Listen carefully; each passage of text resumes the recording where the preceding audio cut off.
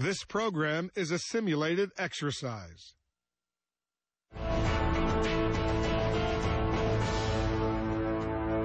We're in the better to ask forgiveness than permission. You no longer have time to be arguing the legal argument about authorities. You need to act. I think the general consensus has been to be quite aggressive and active here.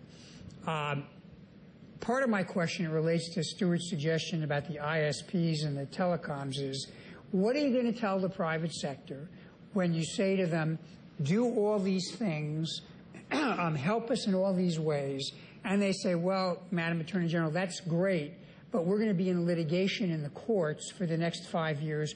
Who's going to pay our legal fees? Who's going to defend us? What's the answer you're going to be able to give? Well, this is one of the critical questions that we've been discussing all morning. The structure of our laws today is that unless you can show that the action that you're taking is properly ordered by the government, you are leaving yourself open to lawsuit. And in the current structure of our laws with regard to communications companies, I would have to certify that what they are being asked to do is lawful. Otherwise, they are open to lawsuit. You asked what to do in the short term. We have to, as Joe said, deal with panic in the streets, which is, I understand, we have right now. So we have to get the guard out there, and it knows how to do that, consistent with and in cooperation with local law enforcement.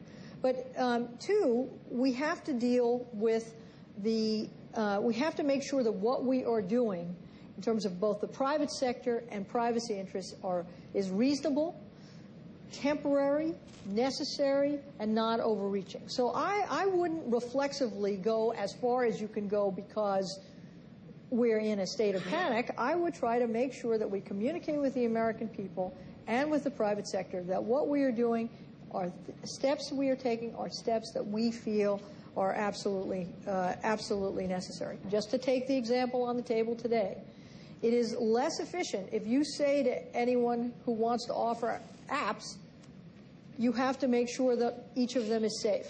It's more efficient to just put them out there. But we are going to have to say to the private sector, I'm sorry, you're going to have to delay bringing this hot new application to market until you can assure that it is safe. So both prongs, the relationship with the private sector and the relationship with our privacy interests, have to be discussed forthrightly by the President. All right, let me turn now to the issue of the fact that we have a reasonable perception that we are under attack. Turning first to the Defense Department, looking at this thing, the entirety of what we're facing, explosions, attacks on the power grid, attacks on communications.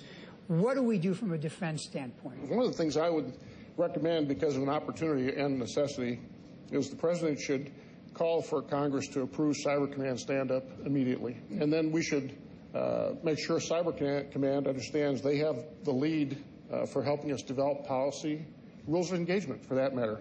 As was pointed out, we're in a different world than we used to be. It's the threats to our nation are different than we have planned for years and years. All right, the last thing I'm going to have to talk to the President about is what does he say to the public in a little while when he gets out there? And Joe, you've heard all the discussion. I'd like your views, and then if anybody else wants to weigh in, and then I'll give you my kind of final sum up of what I think I'll take in to the Oval Office. Joe? I think the President has to be clear that this is a national emergency, crisis, whatever the right word is, that we don't have the answers. But the full weight of this United States government is behind getting the answers, both who did this and how we're going to restore the power, the phone service, normalcy to Americans' lives. And I think he needs to frame this as a dynamic situation. He can cite the 9/11 attacks as a time when the country put counterterrorism first and foremost. Well, now cyber terrorism has taken that place, and we need to respond with the same sense of purpose and vigor, going not just for the next few days, not just until you get your phone back or the lights go back on, but making sure that we're doing everything we can to resolve their problem. And I think if he can speak broadly and thematically there, that will be the first and an important step to restoring confidence. Well, listen, I appreciate everybody's advice. I'm going to sum up kind of my takeaway on this before I go into the Oval Office. The first is, I think, to me, I have a clear takeaway. This is a dynamic problem. This is not a one-shot deal. We're going to fix the problem, we'll win the war, and then we'll go about peace. We're going to live with this for as many years as we can foresee. Second thing is, I detect a frustration on the part of everybody with the binary system in which we tend to address these problems. You know, the domestic, traditional law enforcement on the one hand, the international overseas war fighting on the other. The fact is, this is going to take us in and out of our borders. The servers may be in Russia, the actual originator may be in Sudan, or may be next door here somewhere in suburban Virginia. So we're going to have to find a way to assemble all the tools in the toolkit.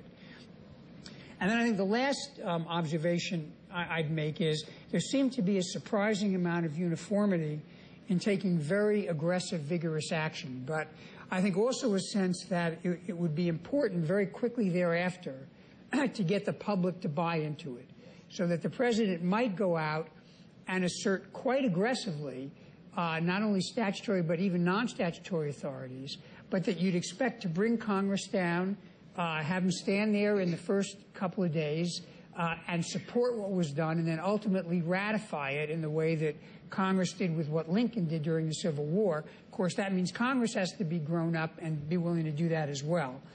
And then ultimately we got to get the public. The public has to buy in and understand with clarity what it is the president is doing and why the president's doing it. So with that, before I terminate this meeting in the NSC, any other further comments anybody wants to pass on?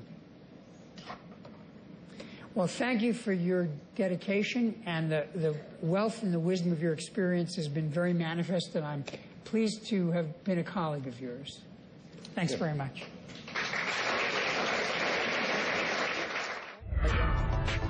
When we come back, a discussion with the War Room participants.